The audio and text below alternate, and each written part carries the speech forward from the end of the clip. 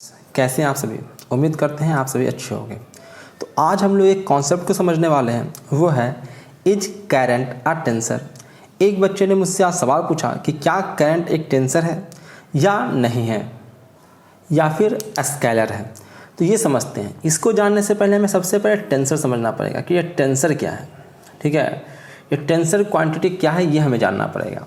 ठीक है, तो टेंसर को एक्चुअली हम लोग पढ़ने के लिए हम लोग को करना पड़ता है थोड़ा सा काम। हमें जानना पड़ता है मैट्रिक्स। एक्चुअली तुम्हें जानना पड़ेगा कि टेंसर को ही स्केलर, वेक्टर और फिर टेंसर तो है ही, और टेंसर में बांटा गया। जो भाई जो स्केलर नहीं होगा, वेक्टर नहीं होगा, सिंपली क्या होगा, वो टेंसर होगा। ठीक है, तो इस प्रकार से इसको बांटा गया है। यानी एक ब्रॉड एरिया में कहा जाए तो एक स्केलर भी एक टेंसर है, एक वेक्टर भी एक टेंसर है, और एक टेंसर तो टेंसर है ही है। तो ब्रॉड एरिया में तो हम ये कह सकते हैं। अब सवाल है, जब हम टेंसर की बात करते हैं तो हम ऑब्वियस सी बात है, बात कर रहे थे कि स्केलर नहीं रहेगा, वेक्टर नहीं रहेगा, क्योंकि आपके ऑप्शन में अगर तीनों ऑप्शन दे दिया जाए तो अगर वो स्केलर तो स्केलर ऑप्शन टिक कर दोगे, वेक्टर तो वेक्टर ऑप्शन टिक कर दोगे। अगर दोनों नहीं है तब जाके आपको टेंसर ऑप्शन टिक करना होगा। पर सवाल है कि कब ये स्केलर होगा, कब वेक्टर होगा और कब टेंसर होगा। ठीक है, तो इसके लिए सबसे पहले हमें समझना होता है कि हम वेक्टर स्केलर कहते किसको हैं। ठीक है, तो एक्चुअली टेंसर को, किसी भी टेंसर को हम उसके कंपोनेंट के फॉर्म में दिखाते हैं एक मैट्रिक्स के थ्रू। अगर एक कोई मैट्रिक्स में अगर ऐसे हम लिखते हैं कि 2 है ये, तो ये एक स्केलर को डिनोट करता है। ठीक है, अगर हम इसमें ऐसे लिख देते हैं x by z हो 1 2 3 कुछ भी हो, यानी कि 3 कंपोनेंट है, तो ये एक वेक्टर है। ठीक है, इसी प्रकार से अगर a, चलो मैं इसका b नाम देता हूँ, इसको c नाम देता हूँ, ढेर सारे और भी कंपोनेंट है। ठीक है, 1 2 3 4 5 6 7 8 9 कुछ भी इस प्रकार से, तो ये एक टेंसर बन जाएगा। ना तो स्केलर है ना ही वेक्टर है, और ये क्या बन जाएगा, एक टेंसर बन जाएगा। सबसे पहले हम समझें कि टेंसर किसे कहते हैं। ठीक है, अब कई बच्चे इस मैट्रिक्स फॉर्म को नहीं जानते हैं, या आपको 12th में पढ़ना है मैथ में कि ये मैट्रिक्स क्या होता है, कैसे काम करता है। ठीक है, तो हम लोग ज़्यादा नहीं जानते। कहने का मतलब एक टेंसर यदि 0 ऑर्डर का हो, 0 रैंक का हो, ऑर्डर नहीं रैंक, 0 रैंक का हो, तो उसको अगर हम स्केलर कहते हैं। यदि इसका रैंक 1 हो तो उसको हम क्या कहते हैं, वेक्टर कहते हैं। और इससे ज़्यादा कुछ रहा तो उसको हम ना स्केलर कह सकते हैं ना ही वेक्टर कह सकते हैं। तो वो एक ही चीज़ बचेगा, उसको टेंसर का टेंसर बोल दीजिए। ठीक है, अब इतने हाई फाई चीज़ें अगर आप लोगों को समझ में नहीं आती तो इसको मैं सिंपल करता हूँ आप लोगों को। ठीक है, हम सबसे पहले वेक्टर और स्केलर में ही चलते हैं। स्केलर किसको कहेंगे और वेक्टर किसको कहेंगे। ठीक है, इसी में हम लोग सबसे पहले लोचा करते हैं। ठीक है, स्केलर, ऑब्वियस ही बात है, स्केलर वो होता है, देखिए बहुत सारी चीज़ें बताया जाता है, डिफिनेशन वगैरह, उससे काम नहीं बनता है कि डायरेक्शन होता है, डायरेक्शन नहीं होता है। मैं बता दिया कि इससे काम नहीं चलेगा हमारा। ठीक है, बेसिक जो प्रॉपर्टी होता है स्केलर और वेक्टर होने का, वो होता है वेक्टर लॉ ऑफ एडिशन या फिर वेक्टर अलजेब्रा, जो एडिशन या सब्सट्रैक्शन के लिए सिंपल अलजेब्रा, जो मैथ में आप लोग 10th तक पढ़े हो, वो उस अलजेब्रा को फॉलो करता है। तो उसको हम स्केलर क्वांटिटी कहते हैं। जो फिजिकल क्वांटिटी उससे काम नहीं चलेगा, उसको जोड़ घटाव करने के लिए एक अलग ही मैथमेटिक्स की जरूरत पड़ती है, जिसको हम वेक्टर अलजेब्रा कहते हैं। तो जिसको जोड़ने घटाने के लिए वेक्टर अलजेब्रा की जरूरत पड़ती है, वो वेक्टर क्वांटिटी कहलाएगा। जिसको जोड़ने घटाने के लिए सिंपल मैथमेटिकल ऑपरेशन अलजेब्रा की जरूरत पड़ती है, उसको हम स्केलर कहते हैं। यही मेन डिफरेंस होता है। ठीक है, अब जिसका इन दोनों में से किसी से काम नहीं चलेगा वो कहाँ जाएगा, टेंसर में। क्लियर है, यही बेसिक डिफरेंस है, यही तरीका है इसको कैटेगराइज करने का। सिर्फ डायरेक्शन होना, मैग्नीट्यूड होना, इससे फर्क नहीं पड़ता है। चलिए मैं आप लोगों को, करंट तो बाद की बात है, करंट तो बाद में हम लोग समझेंगे। सबसे पहले एक और चीज़ मैं समझाता हूँ आपको, वो है प्रेशर। प्रेशर को हम लोग इजीली समझ सकते हैं। प्रेशर आप लोग 9th से ही पढ़ते आए हो, तो प्रेशर को ही समझते हैं सबसे पहले।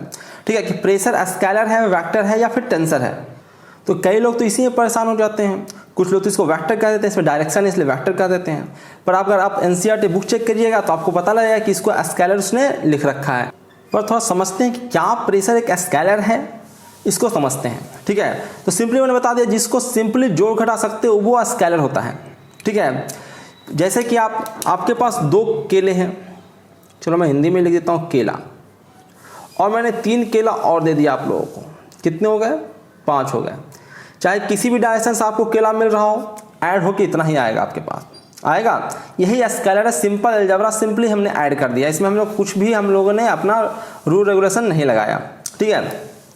पर अब प्रोसेस आ जाता है किसका, अगर हम प्रेशर को ऐड करना चाहते हैं। चलिए मैं एक क्यूब बनाता हूँ, इसको समझते हैं अच्छे से।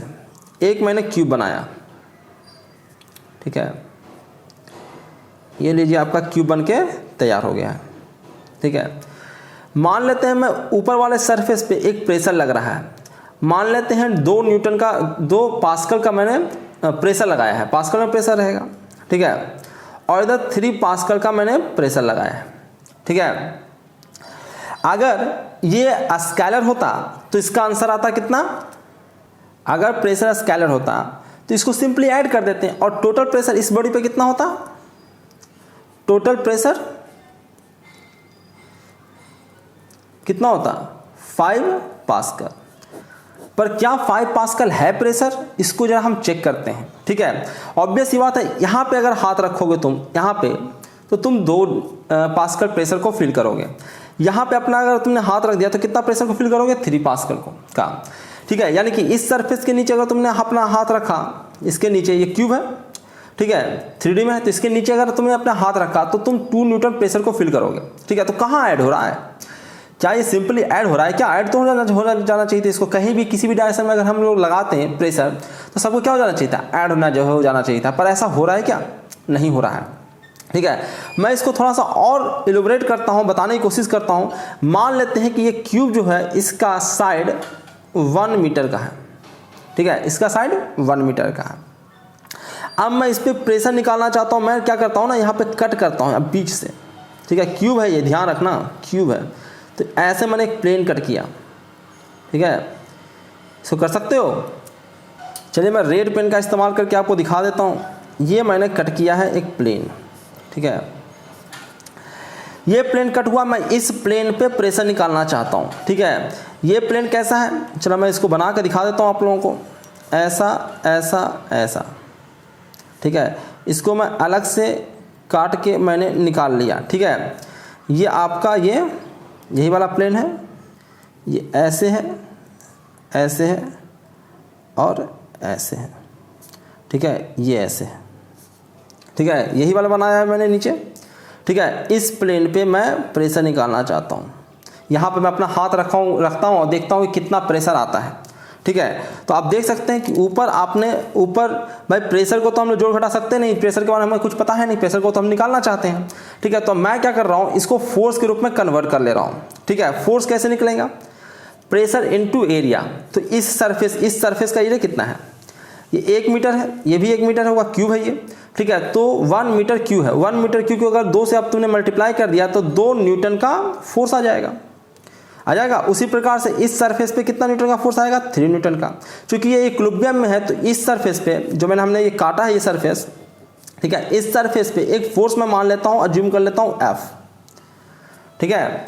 एक फोर्स मैं अज्यूम कर लेता हूँ कितना, F, ठीक है। चूंकि ये इक्विलिब्रियम में तो सारे फोर्सेस क्या होंगे, बैलेंस होगा।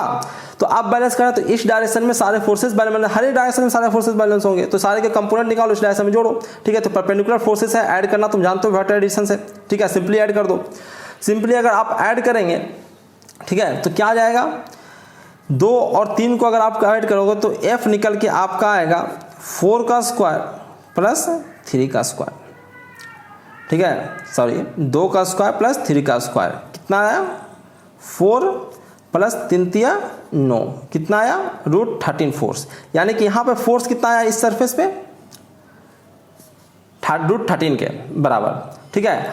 अब यदि हम यहाँ पे प्रेशर निकालना चाहते हो तो इसका एरिया बस निकाल लें, इसका बस एरिया निकाल लें। अगर इसका मैं एरिया निकालता हूँ तो कैसे निकलेगा, ये साइड तो यही वाला साइड है, ठीक है, तो ये तो कितना है 1 मीटर, ठीक है, ये 1 मीटर है, ये साइड ये 1 मीटर है, और ये वाला साइड कितना होगा, ये तो इसका डायगोनल है, ये वाला का डायगोनल है ये, तो ये कितना होगा √2, ठीक है। तो पूरा एरिया कितना निकल के आ गया, √2 मीटर स्क्वायर, ये एरिया आपका निकल के आ गया, ठीक है। अगर आप यहाँ पे प्रेशर निकालना चाहते हैं, यहाँ पे प्रेशर निकालना चाहते हैं तो प्रेशर हम लोग का कितना होगा, यहाँ पे हम लोग का फोर्स निकल के आ गया √13 और एरिया निकल के आ गया √2, ठीक है। तो हम कर सकते हैं √13/2, ये आपका प्रेशर निकल के आ गया, क्लियर है? इतना आप प्रेशर निकाल के ले आए। तो अब आप सिंपली एक चीज़ फील कर सकते हो कि भैया हम लोगों ने इसको सिंपली ऐड किया 3 और 2 को, तो कितना आना चाहिए था? 5। ठीक है, यानी कि ये रिजल्टेंट आना चाहिए था, जो नहीं आया, जो इसका सही आंसर नहीं था। था क्या? नहीं था। ठीक है, अगर हमने वेक्टर सम किया तो कितना आना चाहिए था? √13 पास्कल। ये भी इसका सही आंसर नहीं है क्या? नहीं है। यानी कि इसमें ना तो हमारा स्केलर सम का फॉर्मूला लग रहा है, ना ही वेक्टर सम का फॉर्मूला लग रहा है, इस पे कुछ नया ही चीज लग रहा है। तो आपको समझ में आ गया होगा कि ये ना तो स्केलर है ना ही वेक्टर है, ये इन दोनों के अलावा जो भी है वो है।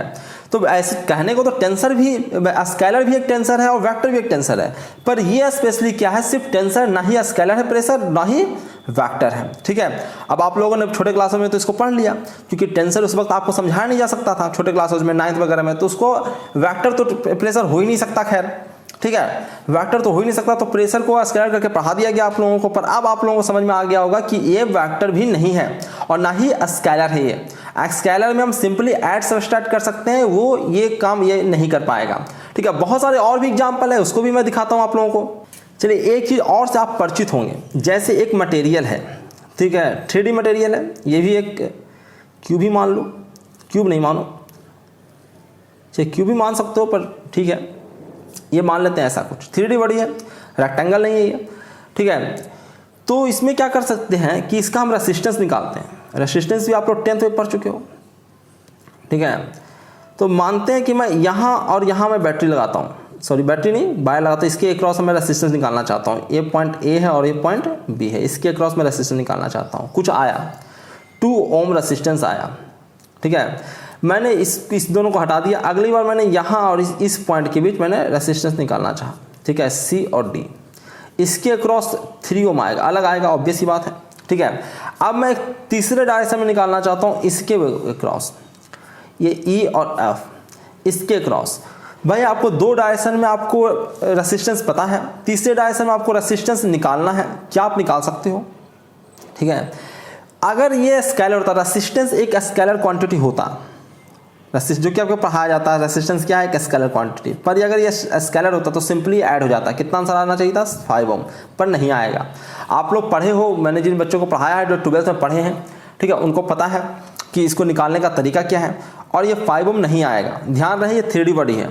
ठीक है, ये पूरा आपका क्यूब है, क्यूबाइड है। ठीक है, तो ये 5 ओम नहीं आएगा, ना ही ये वेक्टर सम से आंसर आने वाला है। ठीक है, तो ऑब्वियस ही बात है, रेसिस्टेंस भी क्या है? एक टेंसर है। तो कितने सारी चीज़ें आ गया। स्ट्रेस तो भैया आप लोग जानते नहीं हो, तो स्ट्रेस भी टेंसर ही है, स्ट्रेन भी टेंसर ही है। कितने सारे टेंसर आ गए? 2, सब के सब। मोमेंट ऑफ इनर्शिया आप पढ़ते हो कहाँ? आप 11th में पढ़ते हो, मोमेंट ऑफ इनर्शिया, ये भी क्या है?